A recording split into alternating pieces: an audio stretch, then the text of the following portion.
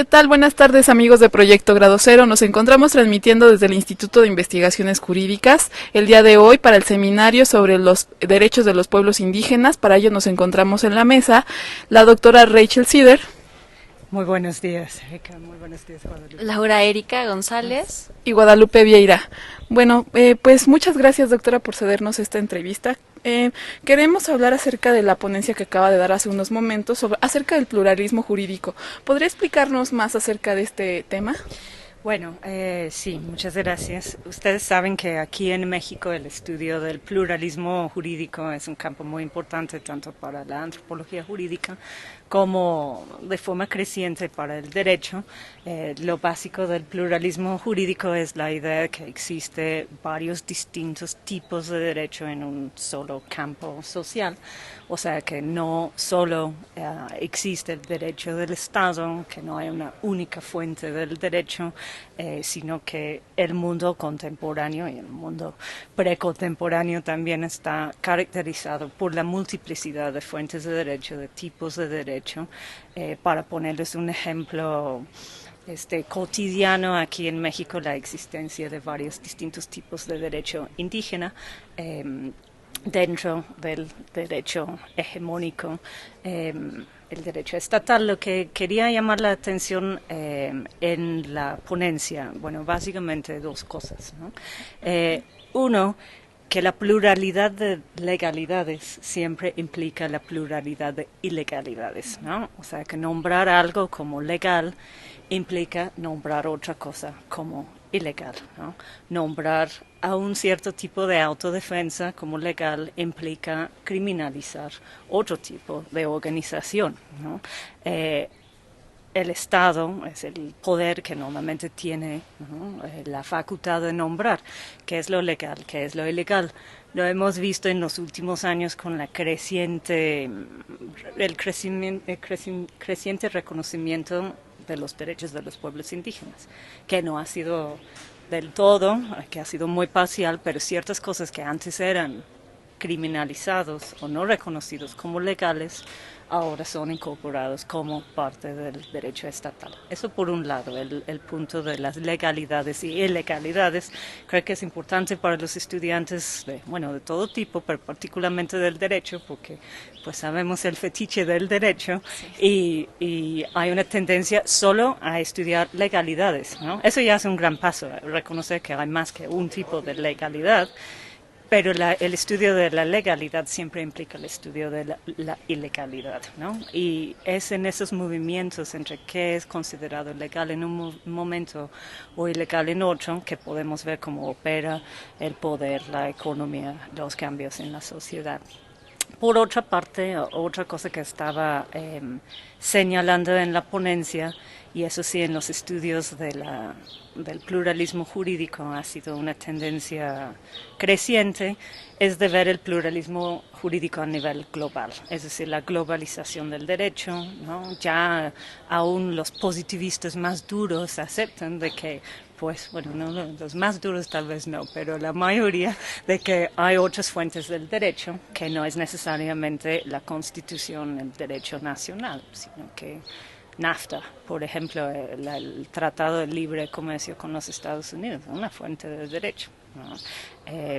La OMC es una fuente de derecho, ¿no?, que cada vez más reglamenta la vida política y social en los países. Entonces, ese pluralismo jurídico transnacional globalizado es un elemento que hay que analizar cuando hablamos de pluralismo jurídico y no solo volver fetiche el pluralismo jurídico como la relación entre derecho indígena y derecho estatal. ¿Cómo podemos agregar justamente estos derechos indígenas que, por ejemplo, aquí en México cuesta bastante trabajo aplicarlos? Si bien están en nuestra Constitución regulados, muchos se preguntan, y más estudiantes de Derecho, ¿cómo podemos llevar a esta relación entre aplicar la norma que válidamente y jurídicamente está actuando con las costumbres, con los usos que tienen nuestros pueblos indígenas? Bueno, ahí está el tema de la coordinación jurídica, ¿no? Pero es muy clara, la Constitución reconoce cierto ámbito de ejercicio autonómico de derecho de gobierno para los pueblos indígenas, igual como lo reconoce instrumentos internacionales como el Convenio 169 de la Organización Internacional del Trabajo, que por cierto México fue uno de los primeros países de América Latina en ratificar ese convenio, que a partir del 2011 con la reforma constitucional adquiere otro estatus, ¿no?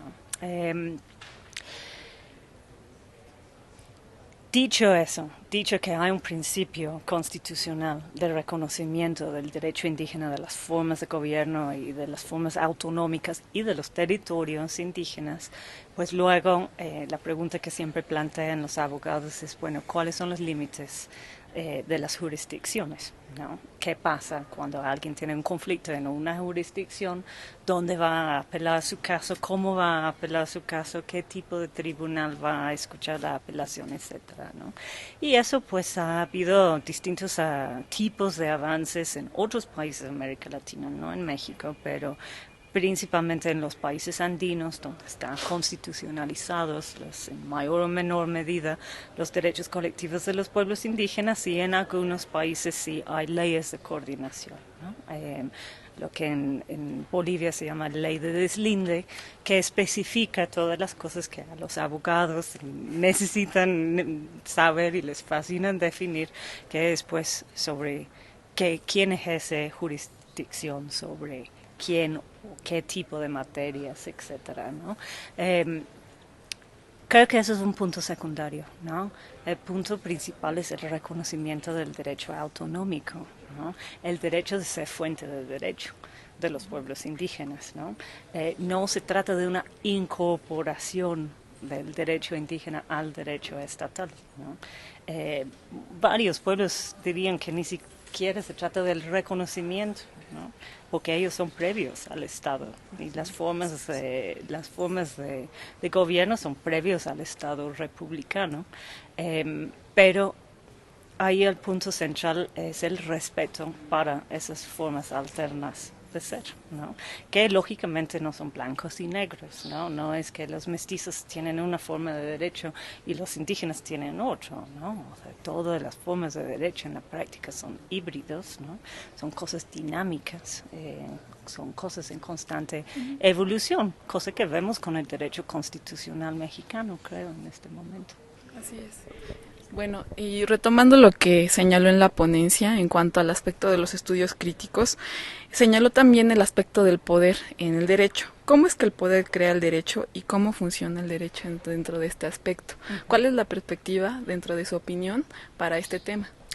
Bueno, ustedes saben que hay distintas escuelas en el análisis sociológico del derecho, ¿no? Que básicamente podríamos dividir en tres, ¿no? Hasta la posición clásica marxista de ver el derecho como una expresión de poder económico del capital, de la burguesía, y que efectivamente el derecho lo que hace es encarna esas relaciones desiguales, formas de explotación, etcétera. O sea que el derecho representa el poder dominante en la sociedad.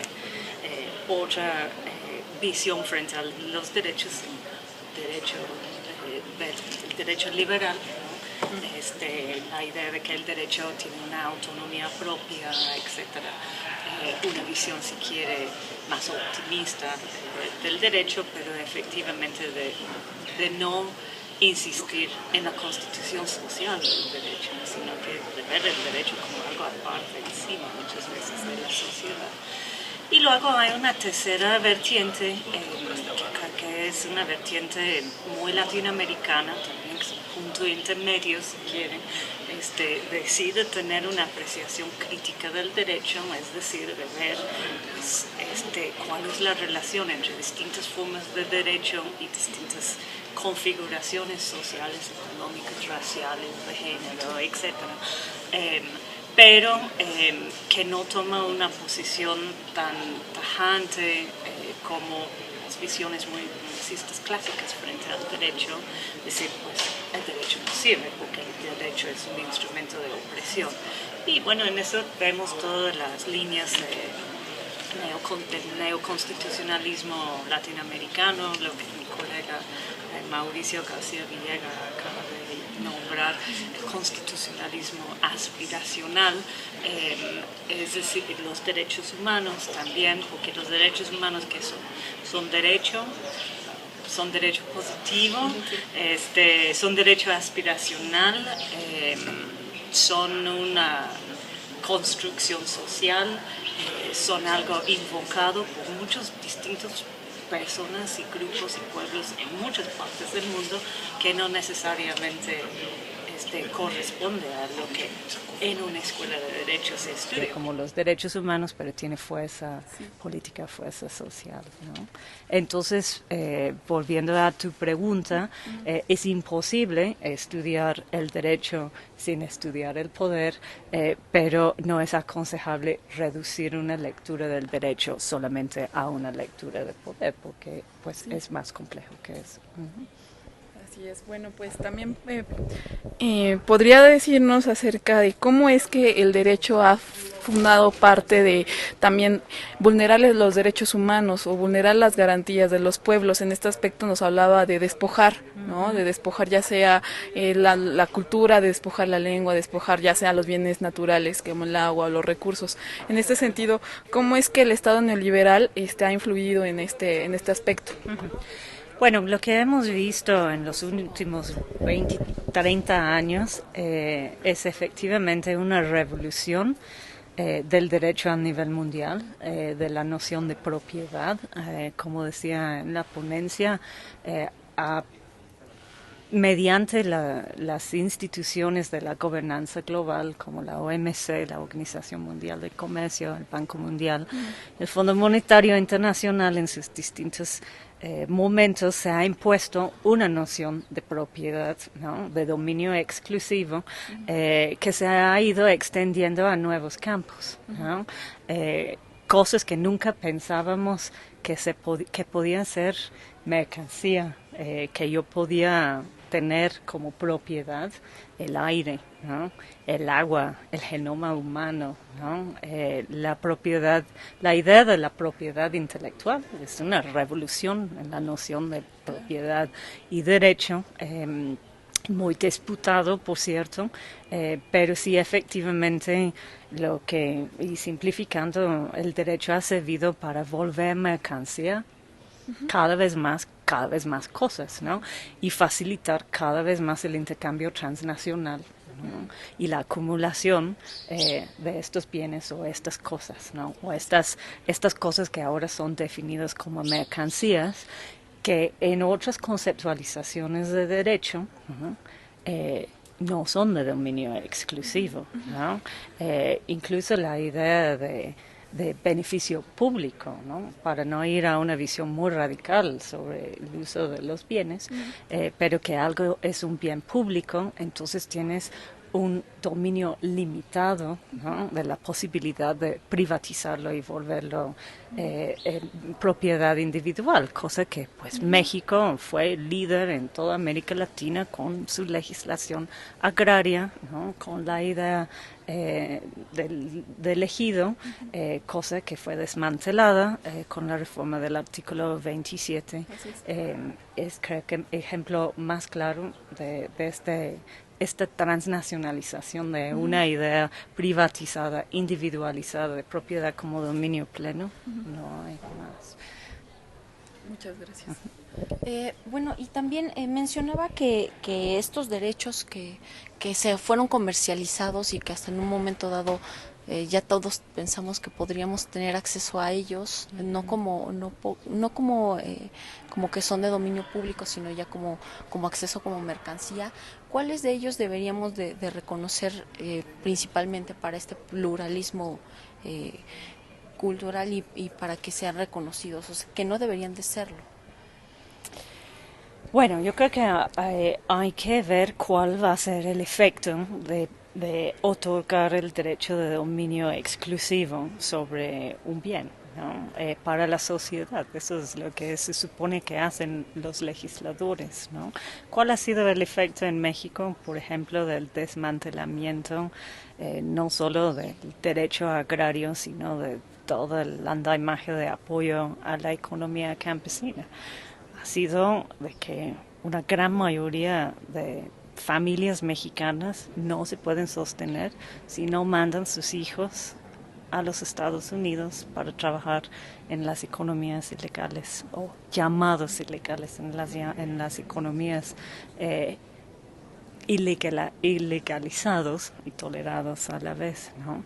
Entonces, pues creo que una de las cosas que estamos discutiendo aquí es sobre bienes como el agua, ¿no?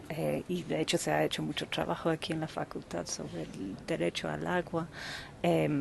Está toda la discusión sobre los bienes de subsuelo, ¿no? Que es lo que está peleando muchos de los pueblos indígenas, que si bien tiene una limitada autonomía reconocida a su territorio, eso no impide de que alguien puede otorgar derechos a los recursos de subsuelo. Y obviamente la extracción de esos recursos tiene un impacto generalmente bastante nocivo en la vida de los pueblos que habitan esas tierras, ¿no? Entonces, pues creo que vuelvo a insistir, no se trata de enumerar, ¿no?, cosas que se puede o cosas que no pueden ser sujetas al derecho, sino que realmente de no fetichizar la propiedad como propiedad privada única, alienable, ¿no? Sino de pensar en qué tipo de sociedad queremos, ¿no? Y cuáles son las consecuencias de la privatización, ¿no? Las consecuencias en salud, por ejemplo, ¿no? O el debate aquí sobre la comida chatarra, ¿no? La libertad de las empresas privadas de vender cuánta comida, bueno, ni lo llamo comida, cuánta cosa nociva quieren a la juventud, quién va a tener que cargar con las consecuencias de salud de esa población, la sociedad, ¿no? Bueno, y por último, ¿cuál es la importancia de las luchas de los pueblos indígenas para reformar lo que se toma en cuenta como la disputa de lo ilegal a lo legal, en el aspecto de reestructurar las ideas de la propiedad, como usted lo mencionaba? ¿Cuál es la importancia de esa lucha indígena?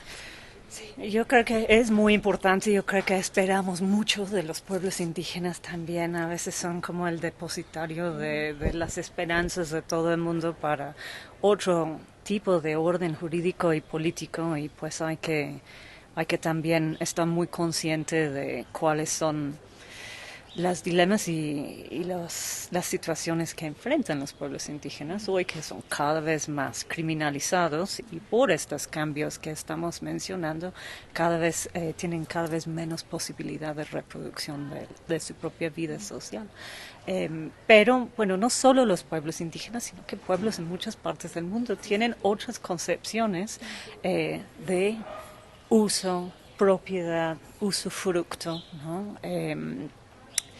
Y pues yo creo que por eso la idea de las comunas es lo que se ha invocado precisamente en esta conferencia, haciendo referencia al proceso de transformación capitalista en Europa, cuando se desmantelan las comunas precisamente para imponer el capitalismo burgués, ¿no? En ese sentido, las distintas conceptualizaciones de cómo se usa, cuál es la relación del ser humano con la naturaleza, ¿no? Que es un punto fundamental para el derecho, ¿no? Fundamental para el derecho. Eso merece consideración de una pluralidad de perspectivas frente a esa cuestión, ¿no? No es solo una visión desde el derecho de cuál es la relación entre ser humano y su entorno natural o su entorno productivo, igual que no era una sola visión de quién era un ciudadano, ¿no? O sea, podemos muy bien ver momentos históricos cuando solo los hombres que tenían propiedad eran ciudadanos y las mujeres no, y los negros no, y los pueblos indígenas no. En América Latina vemos que hasta 1979 en Perú a la gente analfabeta le da el voto, y en Suiza hasta 1971 a las mujeres, ¿no? Es decir, ¿no? Hay distintas conceptualizaciones de qué es ciudadanía que podemos ver como una noción hegemónica del derecho liberal, porque si quieres, pero ha sido invocado y reclamado por distintos sectores para su inclusión. Igual los derechos humanos y igual creo que los debates sobre derecho y propiedad y libertad hoy día. Bueno, pues así terminamos esta entrevista. Muchas gracias, doctora Rachel Sider, por su tiempo para la realización de la misma. Agradecemos al Instituto de Investigaciones Jurídicas también y a la doctora Milay Burgos para la realización de esta entrevista. Muchas gracias. Les recordamos, síganos visitando en Proyecto Grado Cero. Hasta luego. Hasta luego. Hasta luego. Muchas gracias.